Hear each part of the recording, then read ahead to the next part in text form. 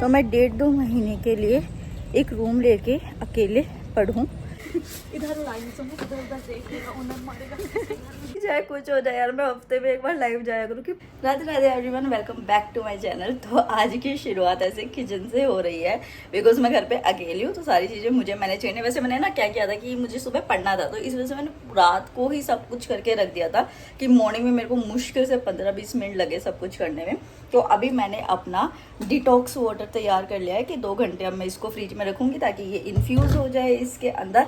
और आज कुछ अलग भी होने वाला है व्लॉग में। जो लोग दिल्ली आने की सोच रहे हैं शायद उनके लिए वो बहुत हेल्पफुल रहने वाला है। मैं कुछ चीज़ें दिखाऊंगी आपको, ठीक है। तो जल्दी से पहले मैं काम खत्म कर लूँ, उसके बाद फिर हम अपने स्टडी स्लॉट को शुरू करते हैं। तो यहाँ पे सबसे पहले मैंने अपने घर का काम ख़त्म किया ताकि मैं बिल्कुल फ्री होकर बैठ जाऊँ, फ्री माइंडेड कि हाँ अभी कुछ नहीं बचा है किसी भी तरीके का। और ठीक है, इस तरीके से ना थोड़ा ब्रेक, मतलब ब्रेक तो नहीं कह सकते इसको, बट लाइफ में थोड़ा डिसिप्लिन में रहती है। जैसे मैंने पहले भी आप लोगों के साथ डिस्कस किया है कि जितना हम ऑक्यूपाइड रहते हैं ना उतनी हमारी प्रोडक्टिविटी बढ़ती है, क्योंकि हमें पता है कि हमारे पास इतना टाइम है, हमें इसको ऐसे करना है। और अगर वो नहीं होता ना तो फिर इंसान जो है उस टाइम को वेस्ट करता रहता है। तो इससे अच्छा ये है कि उस टाइम में कुछ कर ही लें हम। तो नहा धो के सारा काम खत्म करके here I am with my सोफ अजवाइन जीरा, यस ये 3 चीज का टी कहेंगे, इसको क्या कहेंगे पता नहीं। आज मेरे 2 मॉक टेस्ट है, एक जो मैं देने जाऊंगी और एक जो मैं घर पे दे रही हूँ। ये है दृष्टि आईएएस का साइंस का टेस्ट, ठीक है। बट इस टेस्ट को देने से पहले आधे से पौना घंटा हम रिवाइज करेंगे जितना भी टाइम बचेगा। और रिवीजन वाली बुक भी 1 मिनट में दिखा देती हूँ। ये जो अरियंत की बुक एक बार मैंने पहले भी आपको बताई थी, मैक बुक, तो यहाँ से मैं रिवीजन कर रही हूँ। तो पहले रिवाइज करते हैं ये पीते पीते और फिर हम मॉक देंगे। तो यहाँ पे मैं बैठ गई थी रिवीजन करने के लिए। पर एक चीज़ बताओ यार, जब भी आप मार्केट में कुछ खरीदने जाते हो तो आपने कहीं ना कहीं तो उसको देखा होता है ना, किसी ने आपको बताया होता है, टीवी पे, मोबाइल पे, आप उस शॉप पे जाते हो तो वो शॉप वाला बताता है, या फिर आप जुपिटर से, मार्स से, सैटर्न से लेके आते हैं चीज़ें। तो आप लोग इतने स्केप्टिकल क्यों हो जाते हैं? अगर कोई आपको कोई बुक, कोई कोर्स या कुछ भी बताता है, आपको क्यों लगता है कि हम उस चीज़ को यूज़ नहीं करते हैं? इतना शकी माइंडसेट और इतना डाउटफुल माइंडसेट लेके कभी भी कुछ नहीं हो पाता है। तो इस थिंकिंग को छोड़ो और जो चीज़ अच्छी बताई जा रही है आप उसको ट्राई करो, उस चीज़ को लो, ताकि आपकी जो स्टडीज़ है या फिर कोई भी आपका लाइफ का चीज़ है वो इम्प्रूव हो सके, ठीक है। इस तरीके से नहीं सोचना चाहिए कि अगर हमें किसी ने कुछ बताया है तो फिर हमें वो लेना ही नहीं है या वो बेकार है, इस तरीके से, ठीक है। फिर मैंने साइंस की टेस्ट शुरू की। इस यहाँ से मैंने मंगाई है, इस बुक शॉप से, आप चाहो तो ले सकते हो। OMR शीट भी मुझे इसके साथ फ्री में मिल गई थी। और मैं मतलब कि वीक में अगर टेस्ट बताऊं तो एक तो मेरा संडे को टेस्ट होते हैं, ठीक है। उसके अलावा भी मैं वीक में 2 टेस्ट देने का पूरा ट्राई करती हूं, और उसके साथ PYQs भी, क्योंकि अभी देखो एग्ज़ाम का बिल्कुल ही कम है। और अगर आप BPSC के लिए जा रहे हैं तो फिर तो आपके पास कुछ भी नहीं टाइम बचा है, मतलब सिर्फ आपको रिवीजन पे लग जाना चाहिए। और आई थिंक 13 को है BPSC का एग्ज़ाम, तो आपको इस टाइम तो स्टॉप कर ही देना चाहिए। और अगेन वाली चीज़ की रिवीजन पे जितना ध्यान दोगे, रिवीजन कब होगी? जब आपके पास जो कंटेंट है, स्टडी कंटेंट, वो शॉर्ट नोट्स के फॉर्म में होगा। तो साइंस की बुक बताती हूँ। तो एज यू गाइस नो कि मेरे मॉक टेस्ट कब से शुरू हो चुके हैं, सब्जेक्टिव भी दे चुकी हूँ और अब मैं फुल लेंथ टेस्ट पे भी आ चुकी हूँ। तो इस जर्नी में ना मुझे अलग अलग एक्सपीरियंसेस हुए कि कैसे मुझे अपना टाइम सेव करना है, कौन से सोर्सेज बहुत अच्छे तरीके के हैं। तो कुछ बुक्स ऐसे जिन्होंने मुझे बहुत हेल्प की मेरे टाइम सेव करने में, क्योंकि वो पॉइंट्स फॉर्म में थी, एग्जैक्ट टू द पॉइंट। इतनी मोटी मोटी बुक्स का उन्होंने मेरा टाइम बचाया। और उसके साथ जो है जब मैं सोच रही थी कि क्या मुझे पढ़ना चाहिए, क्या नहीं पढ़ना चाहिए, और वो इंग्लिश और हिंदी दोनों में अवेलेबल भी थी, तो उन बुक्स ने मुझे हेल्प किया। तो अभी मैं आपके साथ वो शेयर करने जा रही हूँ, जिसमें सबसे पहली बुक तो है ये वाली, जो कि आप कंटिन्यू कमेंट में भी पूछ रहे थे कि कौन सी बुक साइंस की जो हिंदी मीडियम में भी अवेलेबल हो। तो this is Ariyant MacBook. और ये सिर्फ ये नहीं है, और बुक्स भी है। वैसे अरियंत पब्लिकेशन के बारे में बताने की जरूरत है ही नहीं, ये इतनी अच्छी बुक्स बनाते हैं, बट स्टिल आप इनको सेपरेट और कॉम्बो में मैक बुक्स को ले सकते हैं। जैसे मैं जब भी साइंस कर रही थी तो मैंने अंडरलाइन किया पॉइंट्स को, बट बाद में मुझे लगा कि मैंने क्यों किया, क्योंकि सब कुछ इतना टू द पॉइंट दे रखा था। मुझे बस ये पढ़ना है, रिवाइज करना और अपने बुक्स में अच्छा स्कोर करना है। तो क्या ये सिर्फ इंग्लिश मीडियम वालों के लिए है? तो नहीं, ये हिंदी मीडियम वालों के लिए भी। अच्छा, दोनों मीडियम वालों के लिए इतनी अच्छी बुक्स है तो ज़रूर महंगी होगी? तो नहीं, महंगी भी नहीं है, बट स्टिल अगर आपको और ज़्यादा डिस्काउंट चाहिए तो आप ये कूपन कोड लगाएंगे जो डिस्क्रिप्शन बॉक्स में लिंक होगा तो आपको और ज़्यादा डिस्काउंट मिलेगा इसमें। और ये देखो पॉलिटी जैसे सब्जेक्ट को जब इतनी मोटी बुक होती है उसमें भी फंडामेंटल राइट्स जैसे चैप्टर को इतना ईजी करके दे दिया है। और अब हिस्ट्री की चिंता तो भूल ही जानी है, क्योंकि सिर्फ बुक उठानी है, पढ़ना है, उसको रिवाइज करना है और अपने मॉक्स में स्कोर करना है। तो ये बुक्स है यहाँ पे, ये बुक्स जो है ये कंप्लीट सब्जेक्ट नोट्स को कवर करती है एनसीईआरटी फैक्ट्स के साथ। और ये आपके प्रीलिम्स फैक्ट्स और आईएएस स्टेट पीसेस पीवाईक्यू को भी करते हैं। तो जितनी मोटी एक बुक होती है ना, ये सारा कॉम्बो मिला के उतना है बस। ये प्रीलिम्स प्रैक्टिस एमसीक्यू फॉर्मेट में दे रखा है, यूपीएससी मींस पीवाईक्यू है टॉपिक वाइज फॉर्मेट में। तो आप किसका वेट कर रहे हो यार, डिस्क्रिप्शन बॉक्स में लिंक है, कूपन कोड लगाना, डिस्काउंट पाना और अपनी तैयारी को अच्छे से करो। तो मेरी भी आपसे एक रिक्वेस्ट है कि अपने कंटेंट को शॉर्ट रखें और उसके साथ मॉक टेस्ट देना ना भूले बिल्कुल भी। और कई बार क्या होता है कि जो हम मेरे फ्रेंड सर्कल है उसमें भी होता है कि वो ओएमआर शीट गलत भराते, जिसकी वजह से वो 1-1, 2-2, 3-3 नंबर से रह जाते हैं। तो सिर्फ टिक करके क्वेश्चंस को ना करें, ओएमआर शीट को भरे, उससे आपका टाइम मैनेजमेंट भी होगा। और उससे जो चांसेस होते हैं ना कि हमने एक गलत सर्कल फिल कर दिया होता है या फिर रोल नंबर वगैरह गलत भर दिए होते हैं, तो वो भी जो है आपका जो एलिमिनेट हो जाती हैं ये चीज़ें। तो किसी भी तरीके की गलती करने का जो स्कोप बचता है वो आप यहीं से ख़त्म करके जाए। फिर उसके बाद मैंने गवर्नमेंट स्कीम्स करी, ये भी मेरे को प्रमोशन में आया था, बट स्टिल मैं कर रही हूँ ना इसको, तो ऐसे नहीं सोचना चाहिए, यही मैं चीज़ आपको कह रही हूँ। तो इसमें आई थिंक 52 मिनिस्ट्रीज़ हैं, जिसमें कि आज मतलब कि आगे आने वाले ब्लॉग में मैंने 4 मिनिस्ट्रीज़ की थी। आज ये मिनिस्ट्री ऑफ फाइनेंस मैं कर रही थी यहाँ पे। मतलब कि ये वाला जो कंटेंट है ना जिससे अभी मैं पढ़ रही हूँ, इसमें तो इतना डीपली दे रखा है कि मतलब अगर स्टेट पीसेस के लिए जा रहे हो तो आपको तो ऐसा लगेगा कि अरे यार इतना सारा कैसे।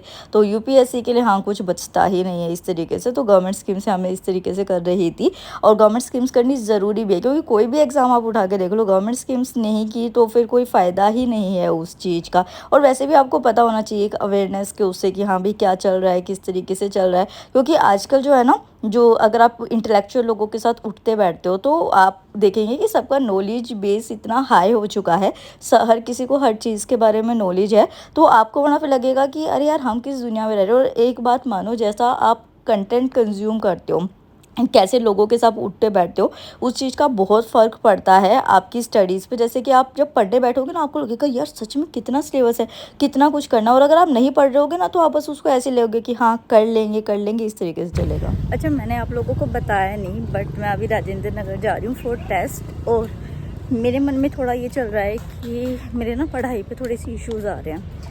तो मैं प्रीलिम्स तक अभी के लिए मेरे दिमाग में प्रीलिम्स तक है, तो मैं 1.5-2 महीने के लिए एक रूम लेके अकेले पढ़ूँ। तो उसके लिए मैं आज रूम भी देख के आऊँगी। मुझे नहीं पता फाइनलाइज होगा क्या नहीं होगा, बट मैं शेयर करूँगी कि क्या रेंट होगा वहाँ का, क्या सब कुछ होगा। बट जो है कोशिश मेरी 99.9% है कि मैं 1-2 दिन में वहाँ शिफ्ट कर दूँ। तो यहाँ पे मैं आपको अपनी जर्नी दिखाऊंगी कि किस वजह से मैंने सोचा था कि ऐसे होगा। जैसे ये वाला आप रास्ता देखेंगे, मेट्रो तक पहुँचने में मेरे को, और ये डिपेंड करता है कि हाँ मुझे ट्रांसपोर्ट कितनी जल्दी मिल रहा है, वहाँ पे मुझे आधा घंटा लग जाता है। फिर यहाँ पे जाके मेट्रो का वेट करना। और चलो ये वाला जो मेरा स्टैंड है ना रिठाला, उससे इंद्रलोक तक फिर भी चल जाता है चीज़, बट इंद्रलोक जाके सिर्फ एक स्टेशन के मुझे लिटरली कई बार 15-15 मिनट वेट करना पड़ता है। मतलब कि 15 से वो 25 मिनट भी हो जाता है, क्योंकि मेट्रो जब आती है तो वो मेट्रो जैसे कि फ्रीक्वेंसीज कम है तो वो 10 मिनट तक भी रुकती है कई बार कि और लोग आ जाए इस तरीके से। तो फिर मैं ये रूम देखने गई थी। अब मैं ये बताऊंगी कि इस रूम का क्या था। आप देखोगे टेरेस कितना बड़ा है यहाँ पे रूम में। ये जो है शादीपुर पटेल नगर के बीच का था। इस तरीके से रूम था जिसमें ये अटैच किचन थी, जिसमें कि ये फर्नीचर मिल रहा था, टेबल, चेयर, कूलर, और ये इस तरीके का बुक शेल्फ टाइप मिल रहा था। एक और शेल्फ यहाँ पे मिल रहा था मेरे को, ये टेबल एक और मिल रही थी इस तरीके से। और जिन्होंने कहा था कि यहाँ पे आप कर्टेन लगा सकते हो। मुझे इसकी टेरेस बहुत अच्छी लग रही थी इस तरीके से, ठीक है। और इसका रेंट भी अभी मैं आपको बताऊँगी। और वॉशरूम भी बहुत बड़ा था, और ये सेपरेट था, मतलब कि इसमें कोई शेयरिंग वगैरह कुछ नहीं था। तो अच्छा खासा बड़ा वॉशरूम भी था। और अगर जैसे आपको लगेगा कि अरे यार फिर तो बहुत अंदर होगा या इस तरीके से होगा, तो ऐसा भी नहीं था। अभी जैसे आप देखेंगे कि ये वाली जो गली आप देख रहे हैं, ये छोटी सी साइड में जो है, तो ये सामने जो आप देख रहे हैं ना वो पेड़ वगैरह भी, मेट्रो भी जाएगी यहाँ से। ये शादीपुर मेट्रो स्टेशन है, इतना पास। और इसका रेंट जो था सिर्फ 6.5K के अराउंड था। तो मुझे ये बहुत सही लगा था फ्लैट, बट मैं फिर लिया नहीं मैंने। ये क्या कर रही है? इधर लाइन से उधर देखेगा, ओनर मारेगा। और यहाँ पे नैन्सी भी मेरे साथ थी। शाम का टाइम इतना अच्छा होता है क्योंकि यार देखो हम लोग इतना ऑक्यूपाइड रहते हैं ना पूरे दिन पढ़ाई में या वो, तो हमें थोड़ा सा भी टाइम मिलता है ना कि चलो ठीक है हल्का सा भी इंजॉय कर लेते हैं 5 मिनट का, तो हम लोग उसी में खुश हो जाते हैं क्योंकि हमें पता है दोबारा पढ़ाई पे वापस जाना है। ये भी पूरे दिन पढ़ती रहती है तो जितना 5-10 मिनट मिलता है इस तरीके से। फिर शाम हो गई थी घर जाते जाते। आप देख रहे हो कि कितना ज़्यादा टाइम लगा है, कितनी कितनी देर वेट करना पड़ रहा है। तो फिर मेरा तो ऐसे हो गया था कि अरे नहीं जाऊँ, क्योंकि इतना सुंदर आसमान हो रखा था ना उस टाइम पे। तो वहीं पे बैठ के मैं ऐसे ही देखने लगी जब तक मेट्रो आई। और घर पहुँचते पहुँचते मैं इतना टायर्ड हो जाती हूँ कि मेरी हिम्मत भी नहीं बचती है कि घर जाके मैं दोबारा कुछ पढ़ सकूँ, रिवाइज कर सकूँ, बट स्टिल फिर पढ़ना पड़ेगा। और फिर क्या है कि अगेन जब मैं मेट्रो पे उतरती हूँ तो घर जाने के लिए ऑटो में इतना इतना देर वेट करना पड़ता है क्योंकि इतनी जल्दी जो है वो सवारी नहीं आती है, ये सब कुछ नहीं आता है। तो ये वाला जो टाइम है ना ये मेरा इतना ज़्यादा वेस्ट होता है, इतना टायर्डनेस वाला होता है। इस वजह से मैंने सोचा था कि चलो मैं शिफ्ट कर लेती हूँ। भगवान मैं इतना टायर्ड हूँ इस टाइम पे, इतना ज़्यादा। पर मैं आलू पैटी पैक करा के लाई हूँ ताकि खाने वाने में ना लगना पड़े। तो ये क्या हो रहा है वाइट वाला, पता नहीं ये कहाँ से ये ऐसे खड़ा हो जाता है सामने, दिमाग ख़राब। तो हाँ अभी मैं वो खा लूँ, उसको गर्म करके चाय पी लूँ, क्योंकि मैक्सिमम मुझे आधे घंटे का ये ब्रेक लेना है। उसके बाद ना मैं मतलब पूरा फैला हुआ है पूरा सब कुछ। तो मेरे को वो बुक्स दोबारा अरेंज करने में, तो मैं आपको कैसे दिखाऊं यार, छोड़ो नहीं दिखाती, बहुत ज़्यादा फैला हुआ है, बहुत गंदा लग रहा है।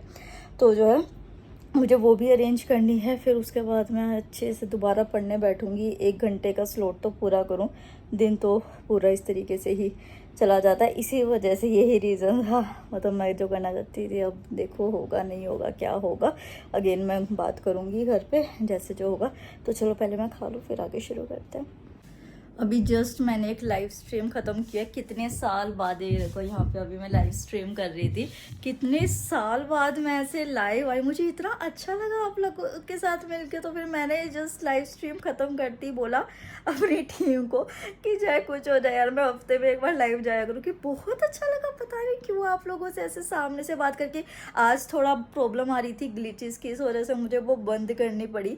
बट आई प्रॉमिस कि मैं इस हफ्ते जब आप ये व्लॉग को देख रहे हैं मैं ज़रूर अगेन लाइव आऊँगी, क्योंकि मुझे खुद बहुत अच्छा लग रहा है आप सबसे मिलके। तो फिर कान्हा जी के भोग के लिए मैंने चीला ही बना दिया, क्योंकि अपनी तो मैं आलू पैटी ले ही आई थी, मेरा पेट तो भर ही गया था। और क्योंकि अगले दिन सुबह दोबारा उठ के पढ़ना है, काम करना है, तो इस वजह से मैं रात को ही अपने बर्तन वगैरह सब कुछ करके सोती हूँ कि सुबह मेरे ऊपर बर्डन आए। क्योंकि पता है रात को तो फिर भी आदमी ये सोचे कि चलो हम टायर्ड है, अभी दिमाग इतना काम नहीं करेगा, उतनी पढ़ाई की प्रोडक्टिविटी नहीं निकल के आएगी, तो इस वजह से हम छोड़ देते हैं।